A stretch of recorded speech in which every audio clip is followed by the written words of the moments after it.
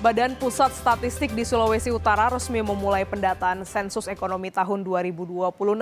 BPS menyebut sensus dilakukan untuk memotret kondisi ekonomi masyarakat dengan menyasar rumah tangga hingga pelaku usaha. Guna memotret kondisi ekonomi masyarakat, Badan Pusat Statistik atau BPS mulai melaksanakan sensus ekonomi tahun 2026 yang akan berlangsung hingga 31 Agustus mendatang. Di Kota Manado, sebanyak 330 petugas sensus telah diterjunkan untuk mengumpulkan data ekonomi masyarakat di berbagai wilayah. Menurut pengawas petugas sensus, kegiatan ini dilakukan secara serentak di seluruh daerah. Petugas akan mengajukan sejumlah pertanyaan yang berkaitan dengan kondisi pengeluaran rumah tangga, aktivitas ekonomi, hingga sektor usaha. Dulu di bangunan tempat tinggal itu ada keluarga atau tidak. Nah, kalaupun ada keluarga, kita identifikasi dulu ada usaha apa enggak. Nah, kalau udah usaha, jadi kita nanti akan nanya karakteristik usahanya. Mulai dari pendapatan pengeluaran, terus mungkin juga tahun berdiri, seperti itu sih. Pelaku usaha dan masyarakat, jadi semua orang di Indonesia didata. Jadi kan apalagi sekarang ada fenomena gig ekonomi. Nah, gig ekonomi itu kan yang tidak terlihat usahanya kan. Oleh karena itu kita pendekatannya ke keluarga atau ke individu dulu. Jadi untuk tahu apakah keluarga atau individu itu ada usaha atau tidak. Untuk memastikan proses pendataan berjalan lancar, BPS Kota Manado sebelumnya telah menggelar pelatihan yang diikuti oleh seluruh tenaga sensus. Namun demikian, Kepala BPS Manado meminta masyarakat agar memberikan akses dan informasi yang dibutuhkan petugas sensus sehingga proses pendataan dapat berjalan dengan baik dan akurat. Ya, jadi petugas yang akan turun ke responden atau ke rumah Bapak Ibu sekalian, itu mereka diperlengkapi dengan atribut. Atributnya adalah rompi, kemudian mereka punya name tag, ya, tanda pengenal. Kemudian yang paling penting adalah mereka mempunyai surat tugas yang nanti ditandatangani oleh pimpinan atau kepala BPS, gitu ya. Jadi bagi rumah tangga yang nanti akan dikunjungi, sebelum menerima petugas, tanyakan terlebih dahulu surat tugas. Adapun tahapan sensus telah dimulai sejak 15 Juni dan dijadwalkan berakhir pada 31 Agustus 2026. Data yang dihasilkan diharapkan dapat menjadi dasar rekomendasi dalam penyusunan kebijakan pemerintah di berbagai sektor pembangunan. Swingli Manderes, Kompas TV Manado, Sulawesi Utara. Saudara, lantas bagaimana BPS Sulawesi Utara memotret kondisi ekonomi masyarakat dengan menyasar rumah tangga hingga pelaku usaha? Kita ulas lengkapnya bersama dengan Kepala BPS Sulawesi Utara, Bapak Wateki. Selamat pagi. Bapak, sensus masih berlangsung, sensus ekonomi masih berlangsung hingga bulan Agustus nanti. Sejauh ini sudah berapa banyak yang terdata, Pak? Ya, terima kasih Kak Glenis. Selamat pagi. Ya, jadi sensus ekonomi itu berlangsung sampai tanggal 31 Agustus 2026. Sampai saat ini data semalam ya, itu sudah 3,49% dari seluruh aktivitas usaha dan rumah tangga, Kak Glenis. Baik, sudah mulai berjalan, perlahan namun pasti dipastikan ini bisa terus bertambah begitu, Pak. Apa yang membedakan sensus ekonomi tahun 2026 ini dengan periode sebelumnya, Pak? Ya, sensus ekonomi 2026 dengan sebelumnya, misalnya 2016, ini ada beberapa perbedaan di antaranya. Di sensus ekonomi 2026 ini, itu mencakup semua aktivitas usaha atau lapangan usaha, termasuk usaha di bidang pertanian.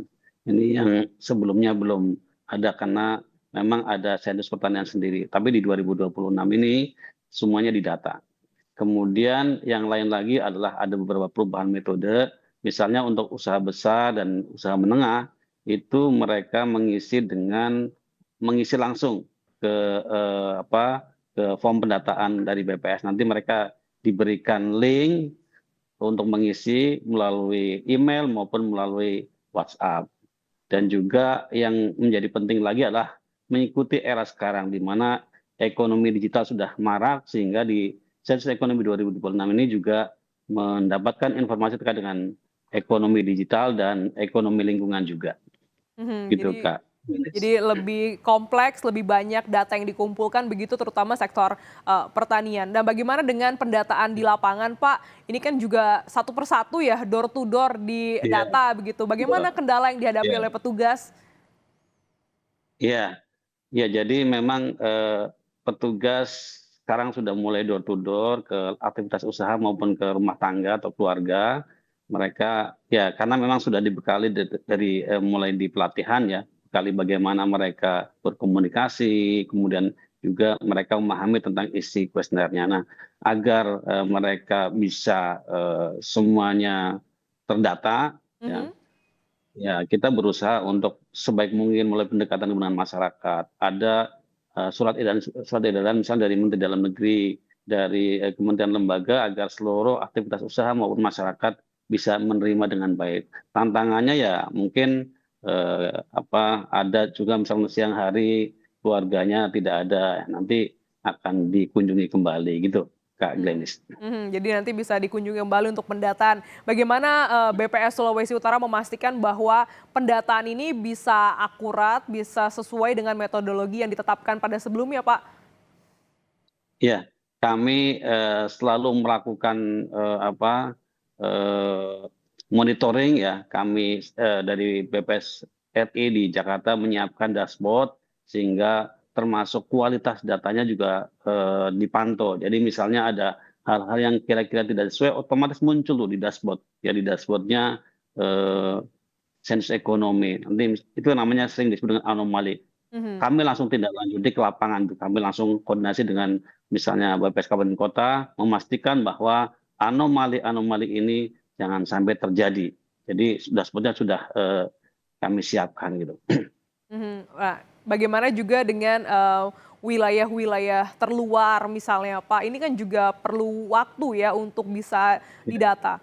Bagaimana antisipasi dan persiapannya, Pak?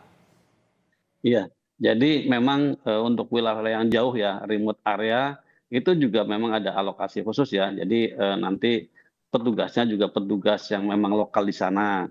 Kemudian dari organik BPS-nya juga menyiapkan untuk mendukung sana task force dan sebagainya agar semuanya tidak ada yang ketinggalan, semuanya terdata dengan baik karena ini namanya sensus. Jadi tidak ada aktivitas usaha maupun rumah tangga atau keluarga yang tidak terdata gitu, Baik, Kak Glenis. Bapak terakhir setelah data dikumpulkan nanti di bulan Agustus, apalagi tahapannya sehingga nanti data sensus ekonomi ini bisa dirilis ke publik, Pak?